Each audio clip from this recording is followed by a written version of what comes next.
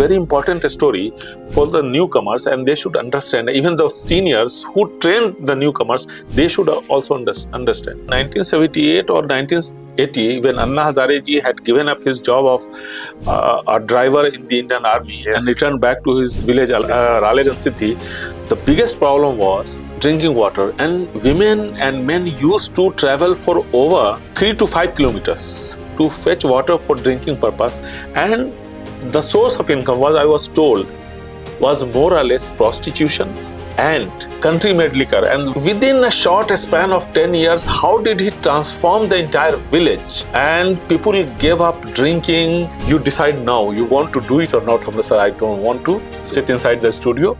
Please allow me to get out of it. Nihal, you are living, anchoring. People are willing to become anchor. Sir, I am willing to quit it. We were copying the Western media to wear, it was mandatory for them to wear tie while doing live chats and reporting. Red Fort terror attack has happened, go and report. There the kind of activity happened, special forces came, then anti-sabotage squad, then all the politicians started coming. Dharam Singh ji was the Chief Minister of Karnataka, and then the political upheaval started here. Here I learnt a lot about Karnataka politics. Welcome to Journalism Through a Lens, the podcast where we dive deep into the lives and stories of those who bring us the news. I'm your host, Abubaker Siddiqh, and today we have a very special guest, a seasoned journalist whose career has taken him from the newsrooms of the 90s to the front lines of some of the India's most intense regions. Joining us is Nihal Kidwai, a name synonymous with fearless reporting and a passion for storytelling. Nihal's journey began with an MA in English Literature. A teacher, a writer, and a guide, Nihal was already making an impact, but journalism was calling. He transitioned into broadcast media, starting as a reporter with NDTV, then moving to back films to produce news bulletins for Doordarshan. In 2003, he joined NDTV India in Delhi, and his career took him to the rugged terrains of Jharkhand and the Naxal belts of Chhattisgarh, where he reported with the grit and determination. By 2004, he relocated to Bangalore, where he continues to be a trusted voice covering the pulse of South India, from print to television, from career counseling to conflict zones. Nihal Kidwai's story is one of the versatility and courage. Today we'll explore his journey, his experiences, and what drives him to keep chasing the truth.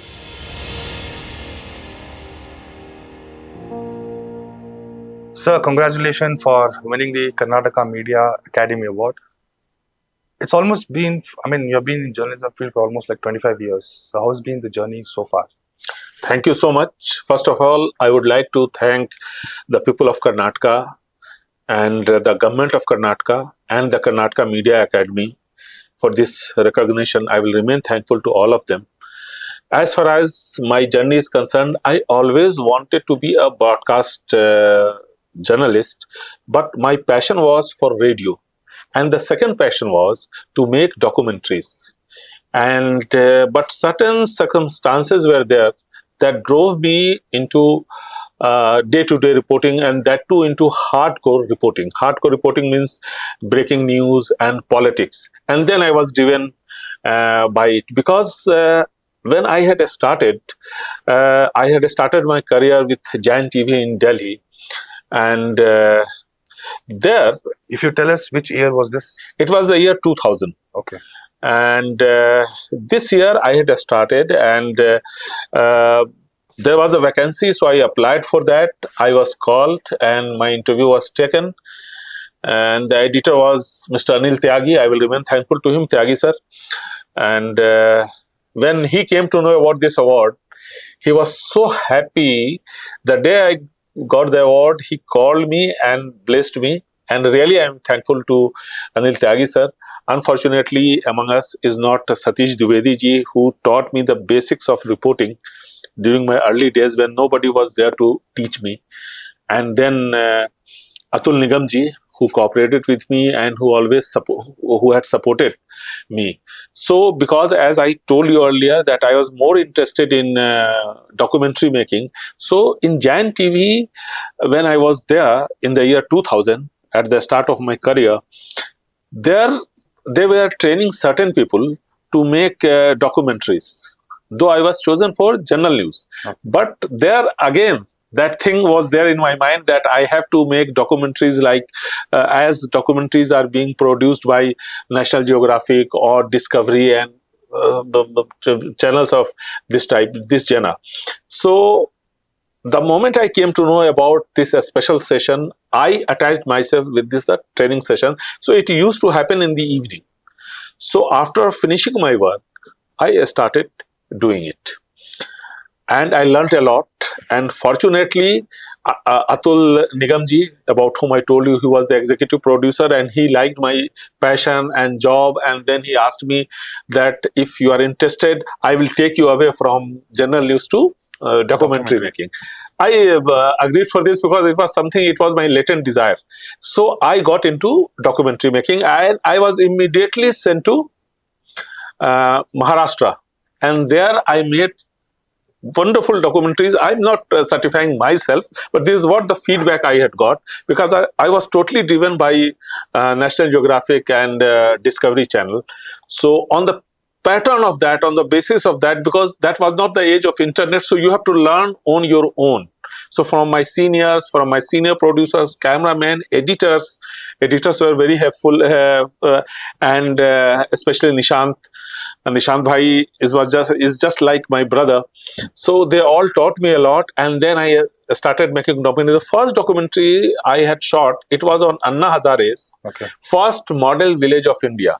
It was Ralegan Siddhi, and I spent there many days at different phases, and the kind of input I got from there, the way I saw Anna Hazare ji had developed the village, and the entire story, if you wish, we will discuss it and it will take 1 hour, the program to if I narrate all those stories, forget about it. I want to stop you here because since you said Anna Hazare, when I was with my ex-company TV9, when Anna Hazare went for Anshan, when he was arrested, I was there in Ralegan Siddhi. I know how the village was because I know there's no alcohol over there.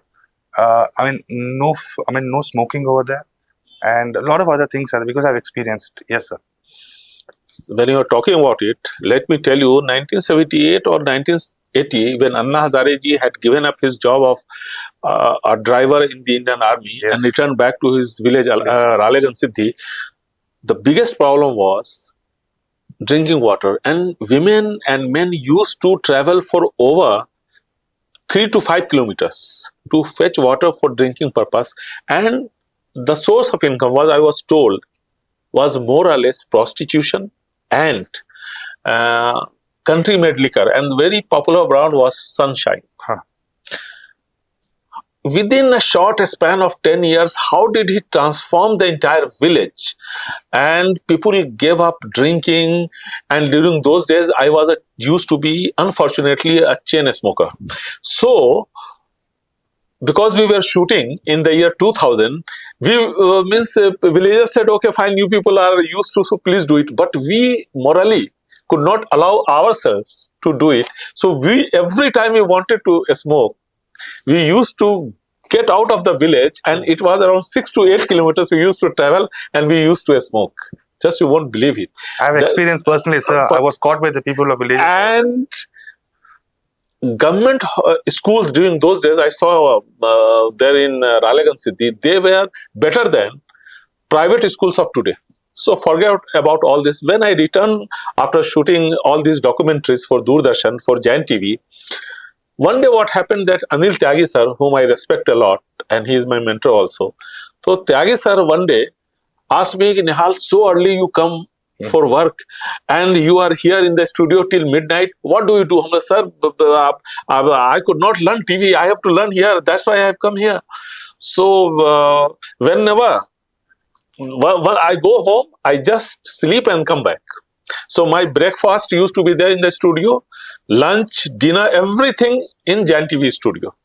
So people, actually what happens that people like if you work hard. And so I was recognized. So Anil Tyagi sir asked me to produce his bulletin. And it was an honor for me because he was the editor-in-chief of Jain TV. And he is personally asking you and offering you to be his program's producer. And what was the program? Program was to do live reading and analysis with a specialist, analyst of that day's newspaper, that too around 7 a.m. So I used to produce that. One fine morning when I reached Giant TV studio around 6 a.m., I was sitting there. Then came to know that Anil Tyagi sir has fallen sick and he is unable to come. And he tried his level best because his passion for journalism was so much. Even if he's working late night, 5 a.m. he will be there in the studio. He was that kind of person. But if he's saying that was the first occasion when I found him that he is unable to come, it means he was really a serious matter was there, and he was really sick, unable to walk because of high fever and other associated things. So he asked me, Nihal, is it possible? You have already produced so many bulletins, live bulletins. So is it possible for you to singly handle to read out, to anchor the show? Okay. I'm like, sir, this to anchor a live show, that too of yours, the editor-in-chief's live show, sir, Nihal, I'm telling you, you have to do it. Otherwise, it was, a threat in disguise. So I sat there because I have no option. Program was about to start, 10 minutes were left. Guest was there. All newspapers were there. I just thought that I pretended myself to be Anil Tyagi ji. And I started doing anchoring. After that, Tyagi sir liked it and he said, whenever I'm not there, you do it. So I had started my career as a reporter but became an anchor. But certain things I never liked. Wearing tie, coat and suit. So after some time they asked me to anchor other shows also. But putting makeup and wearing tie and coat, I didn't like it. So because of my dislike, there used to be conflict between the makeup man, Nihal Kidwai, editors, and every day there used to be complaint, not against me, not because for not working. Because of to be punctual, but because of the tie, coat and this makeup. Costumes. I said, it is not my cup of tea. So finally, one day, my boss got irritated. You decide now, you want to do it or not. Sir, I don't want to sit inside the studio. Please allow me to get out of it. Nihal, you are living anchoring. People are willing to become anchor. Sir, I am willing to quit it because I can't wear tie, I can't wear suit and costumes and makeup. 3 layers of makeup I cannot put and wash all the time. And I have to be there inside the studio for minimum 2 to 3 hours. 2-3 bulletins you have to produce, you have to anchor. So that was the day since I gave up anchoring. Sometime I regret. Sir, I just want to ask you, since you said about makeup, since you spoke about tie, everything, do you think, is it important? During those days, it was important because we were copying the Western media. All the anchors used to be wearing suit, tie, and 5 to 6 layers of makeup. You can say even this when one news channel had started, they had asked their reporters to wear. It was mandatory for them to wear tie while doing live chats and reporting. Okay. This was also there. So it was something which I never liked. If I were anchoring in today's terms, I would have never given up anchoring because now it is not mandatory to have tie, coat and 7 layers of makeup. It is not required now because perspective has changed. So when you told your editor that when you don't want to get into anchoring because the reason is you don't want to wear tie, then you were shifted to reporting. So what was the stories you were covering those days? So I was shifted to reporting and it was 6 to 8 months of experience. Then what happened that one fine evening, my boss called me. He was also a chain smoker. Unfortunately, I pray for him. He is not in this world. So Satish sir called me, Satish Dwivedi ji. And the thing was, we both were smoking the same brand of cigarette. So that was the relationship bond between us, other than the work. I was a very jubilant kind of person. So Satish sir told me, Nihal, your work got over at 7 p.m. This is 8 p.m. What are you doing in the studio? Why I am telling you, what? If something goes wrong, you are the only reporter here. You will get stuck.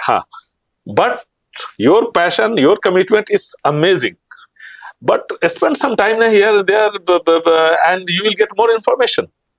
We were talking about it, then sir left after smoking. Suddenly, I got a message on the wire. During those days, this mobile set used to be quite expensive. So all the reporters were giving a walkie-talkie, just like policemen use it. So pager was not there? No, pager that age was gone. I'm talking about the year 2000. By the pager was there, but nobody was using. Walkie-talkie means you can chat live. So walkie-talkie used to be with me. It was a big nuisance. I'm telling you, all the time people were scared. Whenever some message, Nihal, come online. Once you are taking out that wireless set, it's a Motorola wireless set is what it was resembling the wireless set of the policeman. Okay. So people used to look at you with suspicion whether he's from intelligence or so. Sometime I have to explain to them, sir, I am from media. We have been given this, so I am using it. But it was excellent. So I was having tea in the canteen since I got a message from my boss. Where are you, Nihal? I'm, sir, I'm in the office. Good. You are in the office. Rush to the Red Fort. I'm like, what happened, sir? You are the reporter. You should know. Okay. I am telling you, Red Fort terror attack has happened. Go and report. Okay. So I went to the Red Fort, and there I started reporting the terror attack at the Red Fort. I think it was the month of December. 25 years back, so can't recall the exact date, but I think it was the month of December. Red Fort attack. There the kind of activity happened, special forces came, then anti-sabotage squad, then all the politicians started coming, and the way reporters were my seniors like Sumit Avasthi, he was senior to me, and Sanjay Pradakta, he was with Hashtag, Sumit Bhai was with Z News, they all came. So Sanjay Bhai and Sumit Bhai, they were my good friends. So the way, and then Shams Bhai also comes, Shams Tahir Khan. So we all were together and reporting for the same time, same place, and they were star reporters that time. I had just entered, but they always treated me as their own brother. That kind of affection they had with me still today. So they always guided me, they always helped me. So when they reached there, the way they used to report, then Vartika Nanda, now she's a famous author, she writes on jail reforms. So Vartika was also there. So they all helped me a lot, and then only I realized that I should be into regular kind of reporting, and I should be into crime and hardcore political reporting. That day itself, because the way I was getting political reactions from union ministers, from local ministers, and the way it was happening, it somehow drove me from there. And then I got into this regular reporting thing. And because of my passion, my interest, and the way I used to work, because I had no choice. I did not have any proper training of TV reporting. And if you want to survive, you have to work hard. God is great. So, but you have to work hard. So this is how I decided that I have to spend my next 2 to 3 years only in the studio. So do believe me, by 7 a.m. I used to be in the studio by 6:30 or 7 and used to be there till midnight. This is how I had started. So over the years, you've been in television industry for about almost, you're completing 25 years now. What changes do you see, sir? Many changes. One example I would like to give you. When I was in Jan TV, my boss, Satish Dwivedi, is a very important story for the newcomers, and they should understand. Even the seniors who train the newcomers, they should also understand. If you are reporting in Delhi, if you have 1 year or 2 years of experience, everybody wants to report for Delhi police. That is considered to be one of the prime beats, if you have 1 or 2 years of reporting. So I saw that a smoking bond is there with my boss. All the 2-3 bosses, editor-in-chief likes me, Satish sir likes me because of my hard work. I am not that I'm praising myself, because morning till evening I used to be there. Whatever they wanted me to do, I did. Without any fail. You go to American Embassy, get these videos, video shots, and come back. I used to do it. Never said no. No, that was not there in my dictionary at all. Satish sir has made it very clear. Don't say no in the at any stage if you want to survive in this TV industry, and I follow it. Atul Nigam also said the same thing. Then what happened that one day I asked my boss, sir, I want to cover Delhi police. He just saw me from top to bottom. Oh, you want to cover Delhi police in a very short span of 1.5 years. Are you confident? I'm like, yeah. Well, okay. We will talk about it in the evening. So in the evening, I thought the boss doesn't want me, so I never pushed it. After 2-3 days, one day, one fine evening, there was a pakora shop outside Giant TV studio near Hayat Regency Hotel in Delhi. Nihal, let us have pakora and chai. I'm like, yes, sir, please come. There, because Giant TV studio was there, and there was a VVIP area, so always 4 or 5 police vans used to be there, policemen used to be there for security, and important intersection, AIMS was very close, was there. So a few policemen were standing there. One was having DP. DP was written here. Then same person, another person was standing there who was also having 3 stars. Okay. But there it was written DPS. Okay. One was having DP, DPS, and both were having 3 stars, and one person had 1 star. So Nihal, you want to cover Delhi police? Now you say that you told me that you have 1.5 experience. This is quite enough. These 3 gentlemen are standing there. Na? See the distance. One person is standing there in front of you on the other side of the road. He is having 3 stars and DPS is written. Other person is standing a little away from him, but he is in attention position and DP is written. Third person is having 3 markings like this. Donors. What is their rank? I said 3 stars, sir, inspector, sir, what else? Well, very good. But if he is the inspector, it means both are inspectors. Obviously, sir, both are inspectors. Then what is the difference between DP and DPS? Okay. I thought that this person doesn't want me to give Delhi police beat. That's why he's confusing me. No, sir, why are you confusing me, sir? Both are same, sir, 3 stars. Well, go and ask. I said, sir, leave it, sir. I don't want Delhi police. I told him. Oh, no. Okay, fine. You make the research. You come back to me. So next day, I went to I knew the DCP of central zone of Delhi. Somehow I knew him. And that is Parliament zone. Because every day during the coverage of, you can say, protest, march, they used to gheraw Parliament, so I knew the DCP. So I told him, oh, boss, I want to just spend half an hour with you. But anytime you come. Then I told him, sir, this happened, and he is not giving me Delhi police speech. And that day, this happened. He laughed. And then he told me, do one thing, I will take you to some other person and he will help you. So he sent me to some DIG level officer. And then he guided me. What is the difference between DP and DPS? DP is Delhi Police, DPS Delhi Police Service. He is the ICP, and then he told me the market, the difference of the marking. If it is shining, what does it mean? If it is non-shining, what does it mean? So 3 months, I did not speak to Satish sir. Just I did my research. After 3 months, I returned back to him. I said, sir, now you take me anywhere and ask me about Delhi police. And today I assure you that you will be having no other option but to give me Delhi police beat.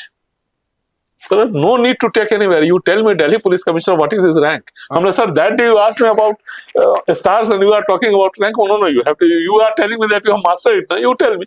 I'm like, sir, with folded hand, today onwards, I will never ask you. I don't want Delhi police at all. And really that day I was damn irritated with that man. Why every time he is just trying to prove that I am a fool? Really. Later I realized, then I again went to the DIG Sahab. He laughed. Then so your boss is very intelligent. Then he taught me basics, and he asked the one inspector that he will guide you. He gives training to policemen. Then he told me the difference between court arrest, when some protesters are there, whether they are detained. What is the difference? What is the meaning of detention? What is the meaning of preventive custody? What is the meaning of arrest? All those definitions were given by him. That was the first basic lesson Delhi police people had taught me. Then I went to Satish sir after again 2-3 months. Then he gave me a big shock. One day I did not, really, I told him that I will not go. So after some time he called me. Nihal, you met XYZ, DIG, and he sent you to that inspector, trainer inspector. Sir, who told you all this? What do you think? I'm a fool? I've spent 15 years in this field, okay, and I know people. You have been trained now. Now I will give you Delhi police. This is how I got Delhi police. Now you show me any policeman anywhere in India. I'm telling you. I will tell you about, by seeing his badges and marks, all this. I will tell you that what position, what rank, and he is holding. So basically, you mean to say, you need to do a proper homework. You will do the homework provided your supervisor asks you to do it. If he doesn't set the target, you will never do it. You tell me, first time he disappointed me, second time I thought that he's taking me for granted and he's fooling around. He doesn't want to give to me. But the way he forced me and the way I learned, I will remain thankful. After that, whenever I was given a new beat, I researched a lot. Without researching, I never did anything at all. During those days, internet was not there, so we have to go to certain libraries, certain places where they're in Delhi, where I used to go and learn and acquire knowledge, because you had no option.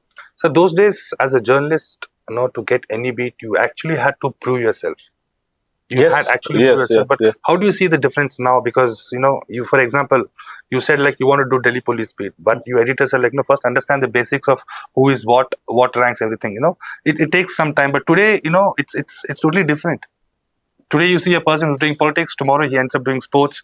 The person you see doing sports, tomorrow he ends up doing lifestyle stories. It's like nothing is fixed. Do you think this is somewhere, mismatching, or, it is trying to change or disturb the function of journalism? Sir, when I had started, that was the period of, I think, a specialization. But when the TV came, because of restriction in resources, and it's quite expensive, what happened that reporters became jack of all trades but master of none. This is what I personally realized. But despite that, you should never give up your focus. What is your strength? That has to be your strength. If you lose your strength, nobody will be there to stand by you. Be sure about it. So what are the biggest challenges you have faced in terms of reporting, or in terms of, any story which has come to you, what are the challenges you have faced it? Many interesting stories are there, but something related to Karnataka politics, anything? About Karnataka politics, yes, when I came here, Dharam Singh ji was the Chief Minister of Karnataka, and then the political upheaval started here. Because Yedurappa ji wanted to become Chief Minister, then Kumaraswamy wanted to to become the Chief Minister, and the struggle started, power struggle started. And here I learnt a lot about Karnataka politics, how they maneuver, how do they change the perspective, all those things where there are several factors, several stories are there. Sir, right now the kind of what we see in news, like fake news, the kind of propaganda, as a journalist, how do you fight them? Because I'm sure today everything is on phone tip, like any WhatsApp message, social media, it's there on news, and people end up thinking it is true. But as a journalist, how do you verify this? And it is for the people who are watching our podcast, like how do they judge, or how do they think whether the story what they see, the article what they read, or the text or WhatsApp message what they read, is it fake or no? True news. Sir, you have to apply your brain. God has given you brain, you have to apply it. And you have to be confident. Unless and until you are not confident, be late, but don't spread wrong news and fake news. One example I will give to you. It was the year 2005 or 2005 or 2006. I was sitting in NDTV Bangalore office. And if I'm not wrong, it was Saturday or Sunday. That was my duty day. I was sitting there. Suddenly, one news came that one school bus has plunged into a gorge, and several children have died. It was a big news. When I called up the collector of that district, he did not answer my call. When I called up the superintendent of police, he answered my call and he said, yes, even I have heard that several children have died. So once the superintendent of police or the SP confirms it, any news, then there is no need to doubt it or to dispute it. You can do it. So I wrote down all the points. Then suddenly I thought to myself, it is Saturday. On Saturday, that is a remote area. Which school bus is flying and why children are going to the school? And that too, it was second Saturday or fourth Saturday, something like that. So I got suspicious. Then I called up. Somehow I got the number of the local inspector. I called him up. He said, no, it is not a school bus. Actually, villagers had told me, I told this to Sahab. Sahab means SP Sahab. In fact, it was a bus returning after taking Bharat back to the village. Marriage party. A village. Children were there, women were there, men were there. 15, 18 people have died. A couple of children are also there. Now you see, if I would have broken that news that children have died, you can see the difference. When a Bharat party was returning back, it met with an accident. Some people lost their lives. A very unfortunate incident. But there, it was getting twisted. Some channels flashed it like that school bus met with an accident and several children have died. So you have to check, verify, and apply your brain. I agree. When you said you spoke to the officials, you got confirmed, and the news was also wrong. But the kind of pressure what you get from the head office, the people who sit in the input, because they also track other news channels. Because today the news industry is who is breaking the news first and who is going number one over there and giving information. So how do you manage this? Because I'm sure there's a pressure on you also. Sir, if you are in television and that too into regular news, hardcore news, then plenty of pressure is there on you. You will have to compromise. You will have to learn how to survive.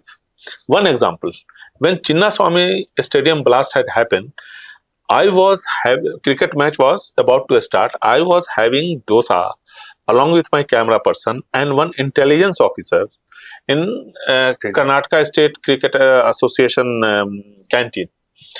Suddenly, some sound came. But huge crowd was there, 40,000 strong crowd was inside the stadium, and we were about 200 yards away from the stadium where the canteen was there. And then because of this sound, I got suspicious. Then I asked him, boss, you are from the intelligence, tell me whatever. No, something has gone wrong, let us go. We left Dosa and went away from there. We exit from gate number 1. The main gate. Main gate.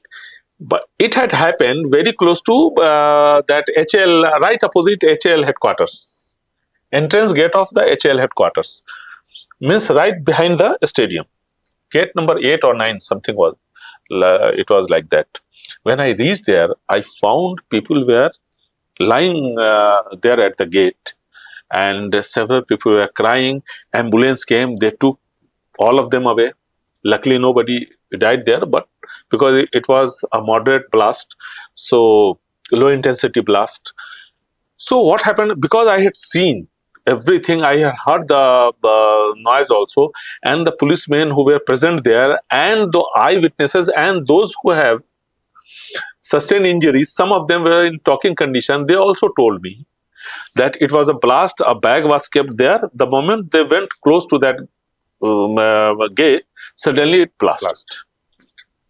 So there was no need to check with anybody. So I immediately called up Delhi office and I flashed it. What happened? Flashed it. So when I started flashing that a low intensity blast has taken place at gate number XYZ outside Chinnaswamy Stadium. This gate is being used for entry and exit for a particular pavilion. Other channel started calling the then police commissioner and the additional commissioner of law and order. Who was the police commissioner? Mr. Shankar Bidri. And who was at the help of the affairs? Number 2, Alok Kumar. So they started calling Alok ji and Shankar Bidri. They thought that if they tell all the TV channels that it is a low intensity blast, 40,000 strong people are there inside the stadium, there will be a stampede. And I was not aware of it, that what is going on in their mind. So they said, no, in fact, it is not a blast. It is basically a generator. The generator was there. It blasted because of some short circuit, and nothing to worry. Game will continue. It was their control over police force, their willpower. I appreciate Mr. Bidri and Mr. Alok Kumar. When they reached there, they saw me. Why you are creating this nuisance? I'm like, what nuisance I'm creating? You are only flashing, and I have told everyone that it is not like that. I'm like, why did you tell? Well, there will be a stampede. I'm like, sir, you should have told me also, and I would have also managed it. Well, no, you have already done whatever you wanted. And then all the media channels reached there. They started taking his bite, and my boss was sitting on my head. Nihal, all the channels are saying that it was a generator blast. You are only running that it is a regular low intensity blast. Who is right? You trust me or not? Well, no, I'm trusting him. So don't withdraw it and let it go like this. Nihal, we won't be wrong now. We are flashing it. You have flashed now, so trust me.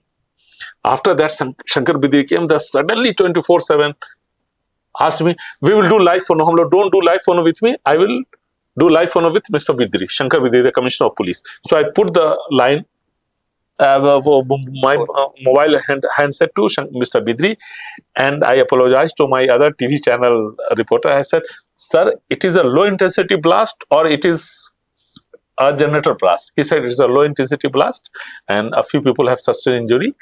We are taking care of that. And after that, you see, when police started searching, sniffer dogs and anti-sabotage squad was brought in, several live bombs were found there. But still, we must not forget, though pressure was there on me, what I was saying, that was right. What policemen were doing, they were also right. Mr. Bidri was right, Mr. Alok Kumar was right. Both were right. Because there could have been an stampede. If they would have told me, I would have preferred to hold it for some time. I had done in the past as well. I felt bad also, but what to do? Means it happened, I reported, but pressure was on me. But later we managed it. But thing is that these kind of pressure you always face. But you have to be confident of what you are doing. Only then you will be able to survive. Sir, when we talk about technology and social media, how things have changed, because when you started, there was no WhatsApp. And now we have WhatsApp. Do you think is it easy or challenging? I mean, reporting has become easy or challenging? It has become a double-edged weapon. Sometimes it makes our life easy. Sometimes it makes our life difficult. How does it make our life easy?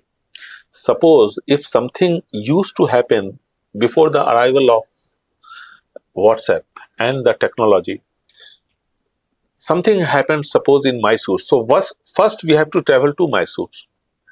Once we go there with our OB van and we record the entire situation, and then only we used to uplink. And then the world would see what had happened. For example, we used to see. But now the technology has transformed it, has changed it a lot. Anything happens in Mysore or anywhere in the world, in a fraction of a second, it reaches to all the studios across the globe. See the difference. When Veerappan was killed in the encounter in Dharmapuri, it had taken 3 hours for me, 300 hours for me to reach there. You know what happened? That around midnight, we left the spot, left our studio in Bangalore, and by 4:30 a.m., we were at Dharmapuri because there was no rush in the street.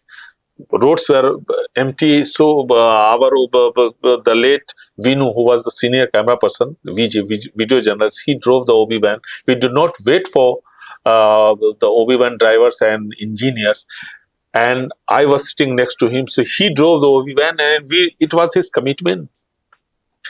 Unfortunately, 2014 he died.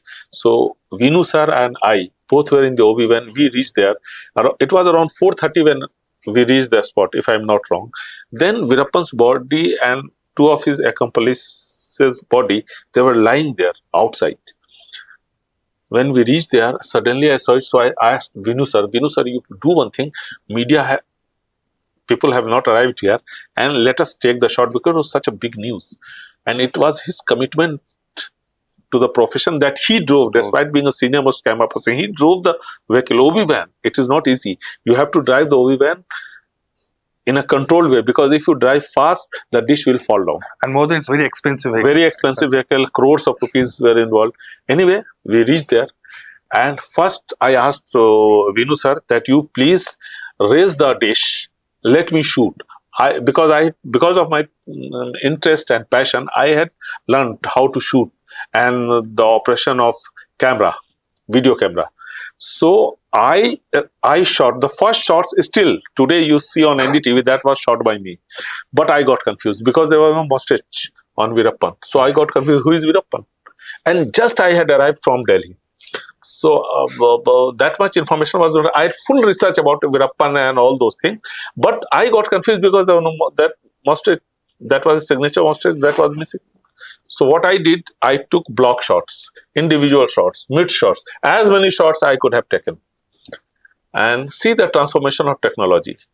No other channel could reach there. It was not the age of WhatsApp. It was not the age of 3G technology. A small box is there, through that you can do live.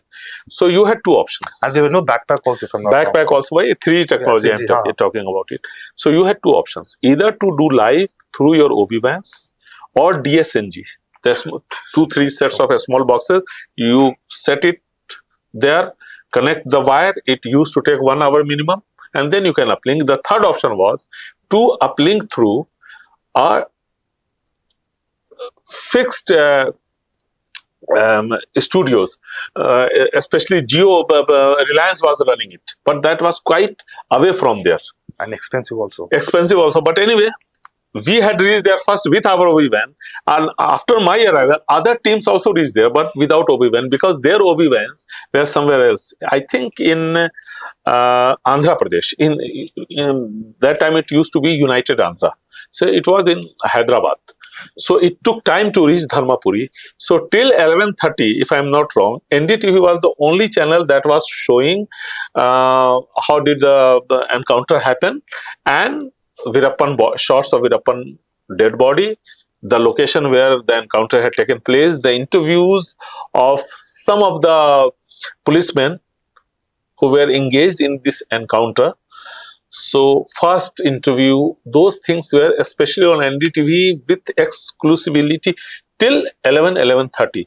Then other channels, other OB vans arrived there, and because I saw Aisha also, she was there. You're talking about Aisha Khanam. Aisha Khanam, she was also there.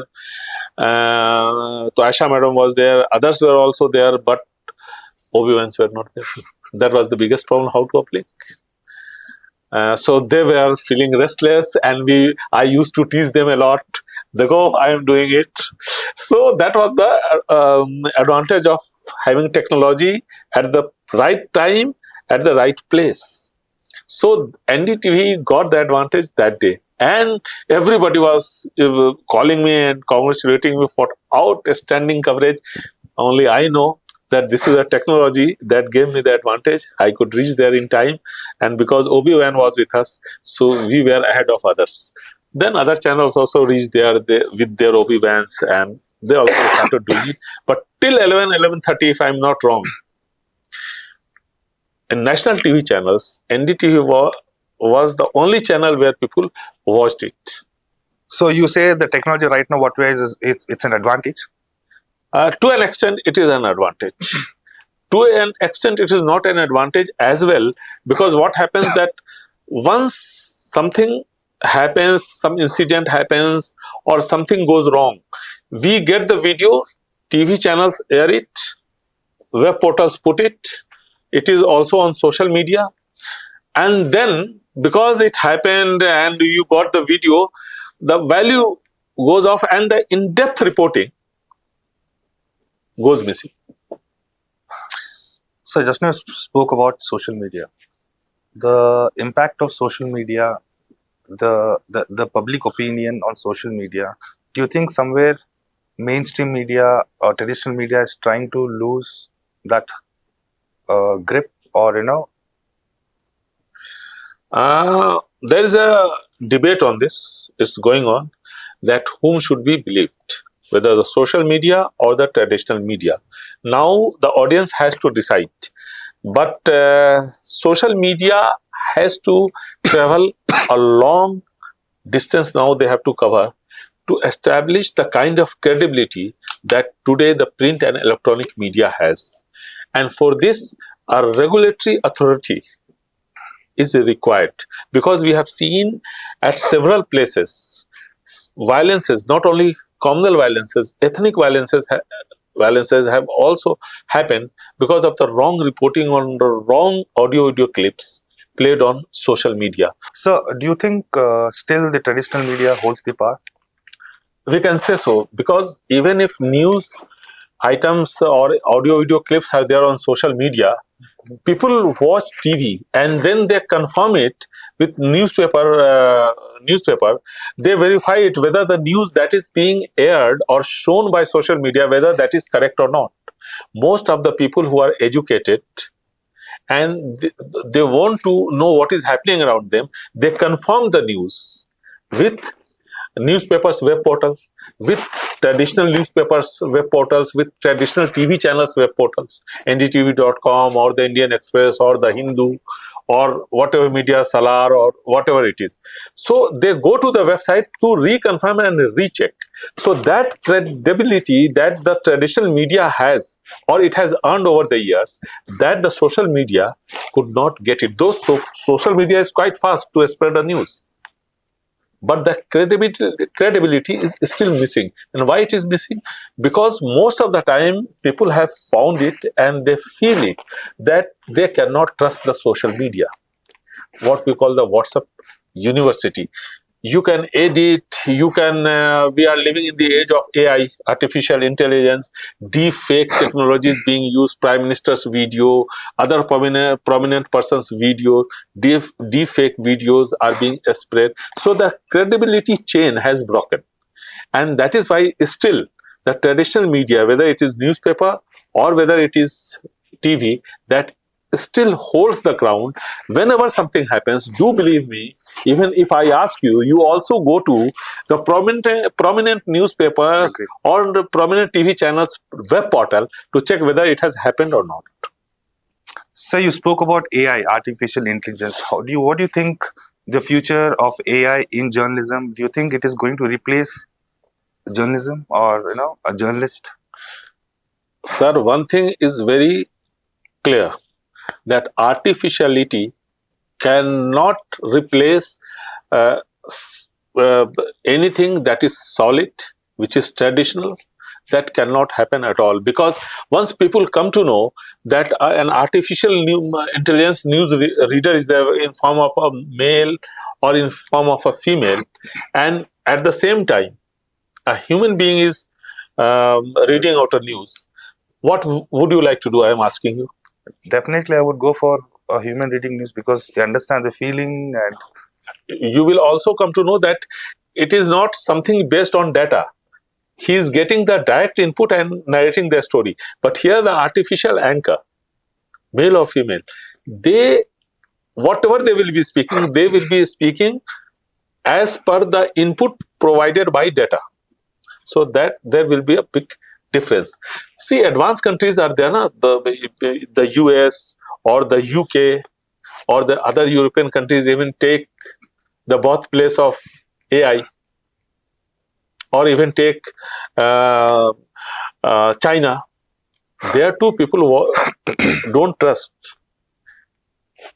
On experimental basis, they are running the show, but not as the main show, as the main anchor.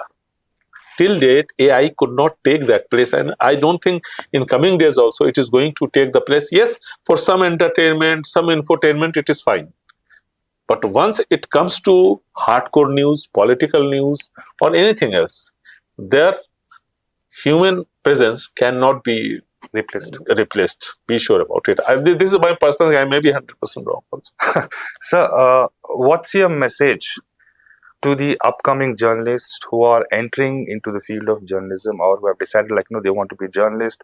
Any stream, could be print, television, digital. As a senior journalist, what's your message for them? The only thing is that there is no shortcut for success. You have to put your efforts. You have to work hard.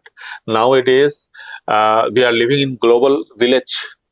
So you have plenty of data, plenty of information available on the internet. You learn from there. Whenever you are doing any story, or anywhere you are being sent to cover a story, do your research well. If you don't do it, you will fail. You won't be able to survive. For some time you will survive, definitely. There's no doubt about it.